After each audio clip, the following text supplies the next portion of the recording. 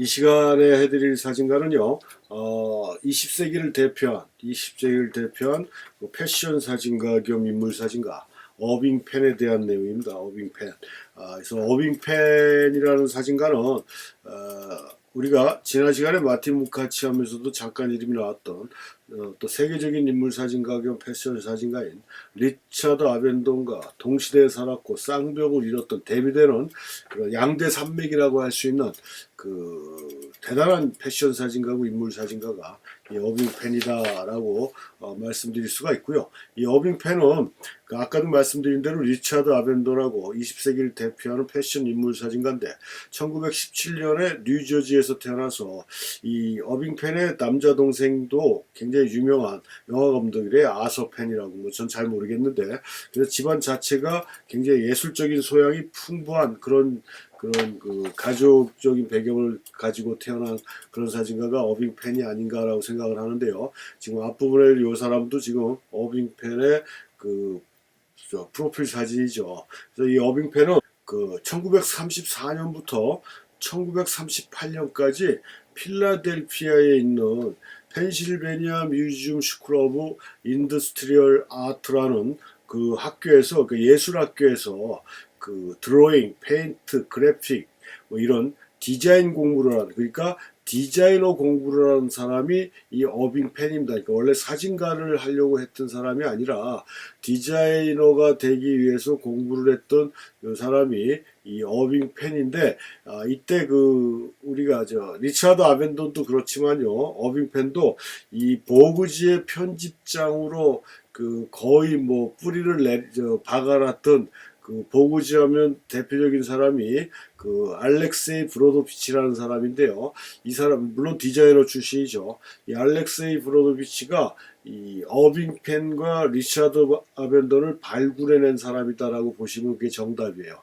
그래서 디자이너로서 그 아트 디렉터인 알렉세이 브로도비치의 눈에 띈 사람이 어빙펜이고, 그래서 브로도비치에 의해서 그 사진에 대한 거를 배우고 느끼고 그 영향을 받았던 그런 사진가가 이 어빙펜이다. 그러니까 알렉세이 브로도비치라는 사람이 없었으면 이 어빙펜이라는 사람도 아마 20세기의 사진가로 존재하지는 않지 않았을까. 뭐 디자이너로서 성공을 했을지는 모르지만 하여튼 알렉세이 브로도비치에 의해서 이 발굴된 사진가다라고 보는 게 가장 정답이다라고 이렇게 볼 수가 있고요. 그래서 이렇게 그 학교에서 디자인을 공부하고 졸업한 다음에 프리랜서로 디자이너하고 일러스트레이터로 일을 시작을 하다가 한 1년도 안 돼가지고 또 그 화가가 되기 위해서 그 예술적인 욕망이 막 이렇게 부글부글 끓었던 것 같아요. 그래서 화가가 되기 위해서 멕시코로 떠나는데 그게 성공했는지 성공하지 않았는지 모르겠어요. 그래서 다시 돌아와갖고 몇 년 만에 돌아왔는지 몰라도 굉장히 빨리 돌아왔던 것 같아요. 그래서 이 보그지 커버 디자인을 하기 시작하는데 디자이너로서 지금 이렇게 오른쪽에 나와 있는 이게 다 어빙펜이 한 건지는 모르겠지만 이 보그지 디자인을 200개가 넘는 커버 작업을 한 사람이 어빙펜이라는 얘기입니다. 그러니까 이게 보그지에 엄청난 또 그 영향을 줬고 활약을 했던 그런 사진가가 이 어빙펜이다라고 볼 수가 있고요. 이 보그지의 그런 역사의 산 증인이고, 보그지가 지금 현재까지도 그렇게 탄탄한 패션 전문 잡지로 자리를 굳힐 수 있었던 그런 기반을 만들어준 사람이 또 어빙펜이다 해서 이 보그지와 인연이 가장 깊은 사진가가 이 어빙펜이다라고 이렇게 볼 수가 있습니다. 그러니까 디자이너로 활동을 했고 디자이너로서 활동하면서 알렉세이 브로도비치한테 눈에 띄었다라고 이렇게 볼 수가 있다라는 얘기죠. 그래서 이 어빙펜은 그 특히 인물 사진가들은 패션 사진하고 같이 겸하는 경우가 좀 많아요. 뭐 대다수는 그렇지는 않습니다. 대부분 다 그렇다는 건 아니지만 이 어빙펜은 인물과 패션 사진을 같이 겸했던 그런 사진가라고 이렇게 볼 수가 있고요. 이 어빙펜의 패션 사진은 조금 이따 이제 자료 사진이 다른 사진가에 비해서 좀 많이 있습니다. 그래서 한번 보시면 아시겠지만 이 어빙펜의 패션 사진은 간결한 구도, 단순한 배경이 특징입니다. 그러니까 뭐 이게 뿐만이 아니라 뭐 리차드 아벤돈도 마찬가지지만 뭐 사진의 가장 기본적인 건 그 단순한 게 가장 좋은 거라고 그랬잖아요. 제가 다른 이론 시간에 사진사 강의 말고 다른 이론 시간에도 늘 강조하는 거지만 사진은 뺄셈이라고 그랬어요.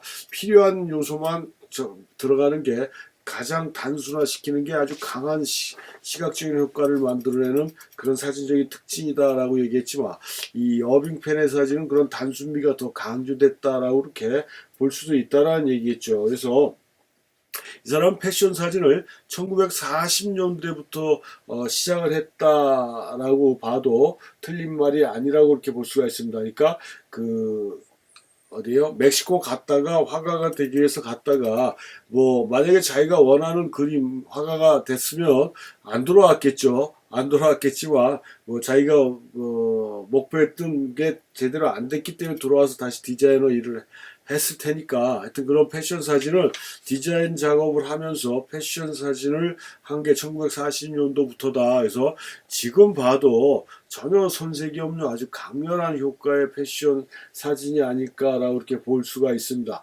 그래서 다음 시간에 배울 리차드 아벤더라고 대비되는 게 이 사람은 굉장히 사진이 로우키합니다. 그러니까 묵직해요. 중후하고 무게감이 있어요. 왜 검은 톤이 많이 들어가거든요. 근데 리차드 아벤더는 반대 그쪽은 하이키거든요. 하이키. 그래서 이 톤 처리나 분위기도 상당히 좀 틀리고요. 이 어빙펜의 가장 큰 특징은 인공광을 이용해서 자연광과 같은 그런 효과를 분위기를 만들어내기 위한 그 연구나 노력을 상당히 많이 한 사진가로 또 평가를 받고 있거든요. 그러니까 인공광이라는 게 뭡니까? 뭐 요즘 얘기하면 전자후레쉬 이런 인공광은 굉장히 경직된 그런 광선이죠. 딱딱합니다. 그러니까 자연광처럼 이렇게 부드럽고 한 그런 분위기가 좀 적은 게 인공광의 단점이라면 단점이에요. 그래서 스튜디오에서 인물 사진이나 이런 거 찍을 때 보면 소프트 박스라든가 뭐 엄블레라 같은 이렇게 반사광이나 확산광 같은 액세서리를 써주는 이유가 그런 좀 부드러운 효과를 만들어내기 위한 그런 작업인데 이 어빙펜도 그 인공광을 이용해서 자연광의 효과 같은 광선의 맛을 만들어내기 위해서 상당히 노력을 많이 한 사진가고 또 이 사람의 하나의 특징은 우리가 패션 사진하면 뭐 유명한 디자이너의 옷을 입고 화려한 복장을 하고 하는 이런 게 아니라 지금 여기 보듯이 일반 서민들의 그런 작업복 있지 않습니까? 그러니까 이 사람들은 제복이라고 할 수는 없죠. 이게 일반 생활할 때 입던 옷이나 일할 때 입던 옷이 거의 같다라고 볼 수도 있는 그러니까 작업 환경에 있는 서민들의 일상적인 일복 이걸 패션화 시킨 사진가가 또 이 어빙펜이다라고 이렇게 볼 수가 있어요. 그래서 이거 같은 경우 지금 뭐예요? 옛날 사람이니까 유리를 갈아주고 다니는 이렇게 지게같이 등에다 메고 이런 형태. 그 다음에 이 사람은 아마 이 장비나 이런 거 봤을 때 굴뚝 소지하는 사람일 것 같아요. 이런 일반 서민들의 그런 직업을 가지고 하는 이런 패션을 만들어낸 사진가가 청소하는 아줌마들인지 모르겠고 이건 우리말로 뭐 정육점이라고 얘기하겠죠. 정육점에서 일하는 사람들 이런 분위기가 굉장히 콘트라스트라든가 시각적으로 강렬한 느낌 거기다 톤이 굉장히 진해가지고 효과가 더 강렬하게 느껴지는 이런 형태의 패션 사진하고 또 하나는 원주민들 그러니까 전통 의상이라고 볼 수가 있어요. 전통 의상 이쪽은 이슬람 쪽인지 이게 지금 얼굴을 확 다 가린 건 아무래도 여성이겠죠. 종교적인 그런 자신들의 그런 옷. 그다음에 아프리카나 이런 원주민들의 이런 복장도 토속적인 전통 의상이라고 볼 수가 있지 않습니까? 이런 작업들을 독특한 시각으로 또 잡아낸 그런 사진가가 이거 뭐 추장과 추장 와이프 같아요.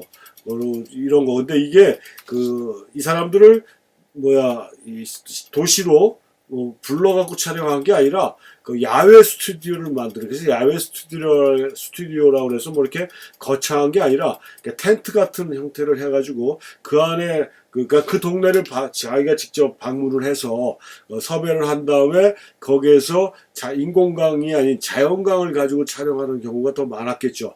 그런 식으로 그 현장에서 섭외해가지고 촬영을 하는 이런 형태의 그런 패션이나 인물 사진을 만들어낸, 요건 저 남미 쪽의 그 인디오들의 그 전통 의상이나 그 사람들을 찍은 사진이지 않습니까? 그러니까 바닥은 그냥 그 돌바닥 위에 뒤에다 배경천만 된 거예요. 이런 형태로 그러니까 우리가 일반적으로 생각하는 패션이라는 개념에서 그 패션의 기본적인 개념을 완전히 깨고 새로운 형태의 그런 형태의 패션 사진이나 인물 사진을 만들어낸 사진가가 이 어빙 펜인데, 요건 이제 칼라로 했는데 요게 원본도 이래요. 제가 스캔 받았는데 이 칼라 자체가, 그러니까 칼라라는 건 제가 다른 강의 시간에 말씀드렸는지 모르겠지만 특히 사진 이론 시간에 제가 세곤도 화이트 밸런스 설명할 때 항상 강조하는 내용인데요.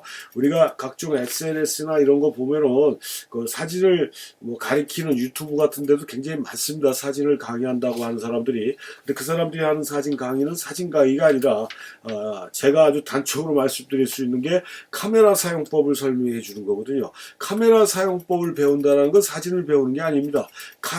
카메라 그 사용법을 배우는 거지. 그 사진이라고 볼 수가 없는 거예요. 장비 사용법을 배우는 건데, 근데 그런데 이렇게 보면은 뭐 어떤 카메라에 어떤 렌즈가 컬러를 정말 제대로 재현합니다라는 이런 말들을 굉장히 강하게 강조하는 이런 아주 잘못된 내용들이 너무 많이 퍼지고 있어요. 그렇지만 분명한 건 특정한 브랜드의 카메라가 특정한 컬러에 좀 더 강하게 반응할 수는 있습니다.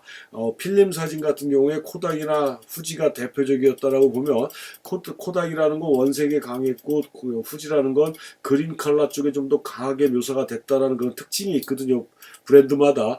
카메라도 마찬가지 그럴 수가 있다라고 봅니다. 저는 그런 쪽에는 이렇게 깊이 관심을 두지 않기 때문에 뭐 캐논 카메라가 무슨 컬러가 강하고 뭐 니콘이 뭐가 강하고 그건 잘 모르겠어요. 그렇지만 분명히 특정한 컬러가 좀 더 강하게 묘사될 수는 있습니다. 근데 그게 전체적으로 정확한 컬러를 재현한다라고는 말할 수가 없어요. 뭐 이 시간에 그걸 다 설명하자면 또 시간이 굉장히 많이 뺏기기 때문에, 그래서 이 컬러라는 건 주관적인 컬러예요. 사진가가 물론 흑백적인 톤도 마찬가지입니다. 주관적인 톤이거든요. 노출이라는 게 우리가 일반적으로 기계에서 제시해주는 기계적인 노출값을 갖다가 적정 노출이라고 얘기할 수는 없습니다. 그 기계적인 적정 노출이라고 얘기할 수는 있겠지만, 실질적인 적정 노출은 사진가가 표현하고자 하는 톤을 재현할 수 있는 그 빛의 양을 우리가 실질적인 주관적인 노출값이라고 얘기를 하는 거고, 컬러도 마찬가지라는 얘기입니다. 사진가가 표현하고자 하는 메시지나 이미지에 맞는 그런 컬러를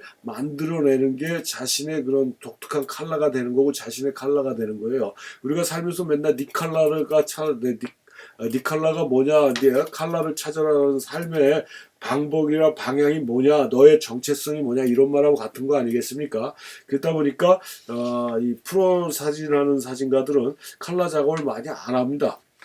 그만큼 좀 더 어려운지, 하여튼 컬러보다는 흑백 쪽 작업을 많이 하고, 컬러를 작업한다라고 했을 때는 자신이 표현하고자 하는 이미지에 맞는 컬러로 재현을 한다라는 얘기죠. 우리가 얘기하는 뭐 정확한 컬러를 묘사하려고 몸부림치는 게 아니라 그런 의미에서 이런 컬러가 만들어진 거지 아닐까. 그래서 이 어빙펜도 대부분 흑백으로 작업을 했는데 이렇게 컬러 작업도 종종 있더라라는 걸 보여드리기 위해서 이 남미 쪽의 원주민들을 촬영한 이 사진을 제가 한번 집어넣은 거고요. 그 다음에 이 어빙펜은 아까도 말씀드렸지만 패션 사진가 겸 인물 사진가라고 그랬잖아요.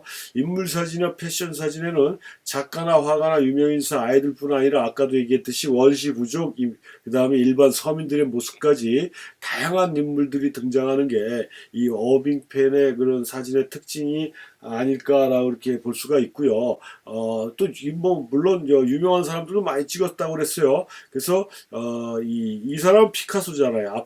앞에 보여줬던 사람은 제가 누군지 잘 모르겠는데, 이 피카소, 제가 다른 사진가 설명하면서도 얘기했지만 이 피카소는 뭡니까? 그 유명한 사진가라고 하는 사람들한테는 한 번 정도씩 모델이 돼줬던 그 약방의 감초처럼 모든 사진가의 사진에 이 피카소가 나온다라는 게 어떤 면에서 참 재미있다라고 이렇게 볼 수가 있습니다. 뭐 다큐멘터리 사진가든 뭐 풍경 사진가든 인물 사진가는 당연하게 나오겠지만 장르 불문하고 피카소는 누구나 다 찍는데 유심히 보신 분들은 아시겠지만 똑같은 피카소인데도 사진가마다 표현하는 방법은 다 틀리지 않습니까?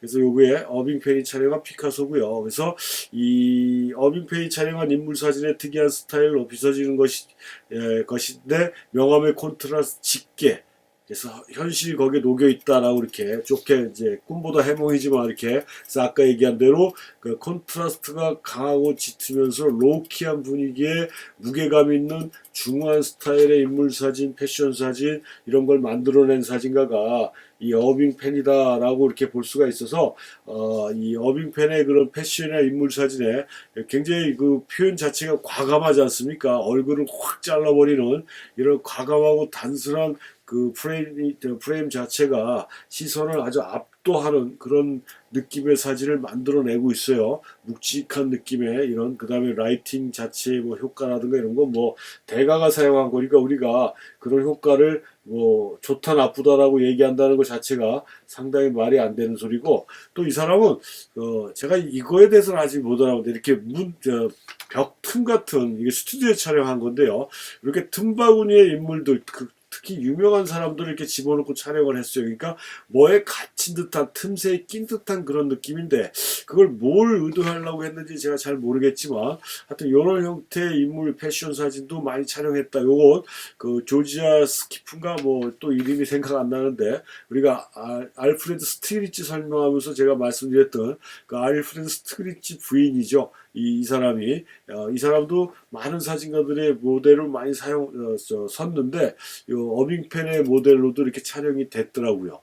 그래서 하여튼 이런 형태 이런 형태로 작업한 게 굉장히 많아요. 그러니까 만약에 이렇게 찍었으면 우리 같으면 어떻게 했습니까? 이렇게 트리밍을 한다든가 좌우에 이렇게 너저분하고 정신사나운 배경을 없애버릴 텐데 그것까지 다 포함시킨 이런 형태의 이걸 인물 사진이라고 해야 되겠죠. 패션 사진이라기보다는 인물 사진을 표현한 이유는 제가 정확하게 파악은 못하겠지만 아무튼 이런 형태로 인물 사진 작업도 상당히 많이 했다. 그러니까 전시를 찍는 경우가 이렇게 셋업했을 땐 전시를 찍는 경우가 상당히 많았다라는 얘기고요.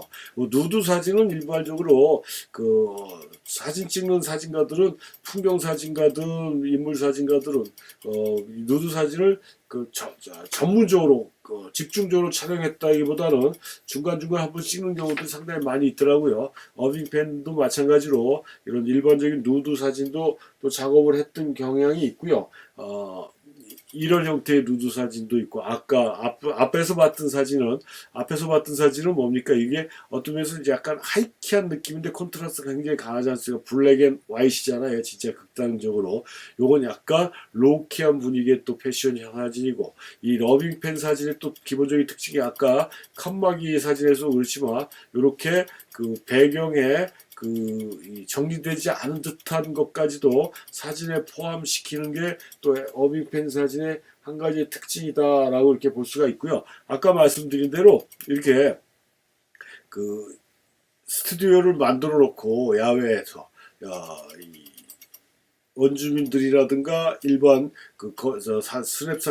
패션 사진이나 인물 사진을 찍었다는 거예요. 그래서 시작할 때도 말씀드렸지만 인공광 연구에 많은 노력을 했던 사진가가 어빙펜이고요. 인공광을 통해서 자연과 같은 효과를 얻고자 노력을 했고 광선을 교묘히 우리가 지금 앞에서 쭉 사진을 좀 봐왔지만 이 스포트라이트가 굉장히 효과적으로 사용이 됐다. 스포트라이트가 뭡니까? 부분적으로 주는 거잖아요. 한쪽을 좀 더 강하게 살리는 그 부분 전체적으로 주는 게 아니라 특정한 한 부분에만 집중적으로 주는 게 스포트라이트인데 그런 광선을 교묘히 이용해서 독특한 스타일을 개척한 사진가로도 평가받고 있는 사진가가 이 어빙펜이고 지금 왼쪽에 있는 이 사진이 어빙펜이 작업하고 있는 현장의 사진이다라고 이렇게 볼 수가 있고요. 또 이 사람은 개념 미술이라고 그러는데 그 우리가 전위 예술이라고 얘기하지 않습니까? 담배꽁초 시리즈가 말년에 들어와갖고 1975년도에 현대미술관에서 담배 시리즈를 전시하는데요. 그 아방가르드라고 그러잖아요. 아방가르드가 뭡니까? 실험적이거나 급진적이거, 그러니까 정통적인 작업, 그러니까 이 전통적으로 내려오던 그런 작업의 경향에서 벗어나서 실험적이고 또 파괴적인 이런 형태의 작업, 우리가 전위 예술이라고 그러고 그걸 아방가르드라고 얘기하는데, 이렇게 담배꽁초 시리즈를 찍어요. 담배꽁초가, 이건 지금 제가 한 장만 올려놨지만, 담배를 피고 진 눌리고 뭐 꾸겨지 이런 모습도, 그래서 제가 보기에는 이 담배라는 건 사람이 피는 거기 때문에 이 사람의, 그러니까 인간의 그런 삶의 그런 거를 좀 그 내포한 듯한 삶의 힘든, 삶의 고통, 뭐 스트레스, 담배가 왜 피는 겁니까? 스트레스 많이 받았을 때 많이 피지 않습니까? 고민 있고 이럴 때 그런 게 압축된 표현으로 사용된 게 아닐까. 그래서 이런 담배는 그나마 괜찮은, 형태가 괜찮은 담배입니다. 납작해지긴 했지만, 그래서 하여튼 이런 형태의 작업이라든가 뭐 다양한 이것도 뭐 패션 일종이지만요. 이런 식물 사진에서 개념 미술 형태의 전위적인 작업으로도 또 말년에 상당한 많은, 그러니까 아까 우리가 시작할 때 얘기했지만 화가가 되기 위해서 멕시코로 떠났다라고 얘기했잖아요. 그러니까 예술적인 기가 상당히 많았던 그런 사람이고,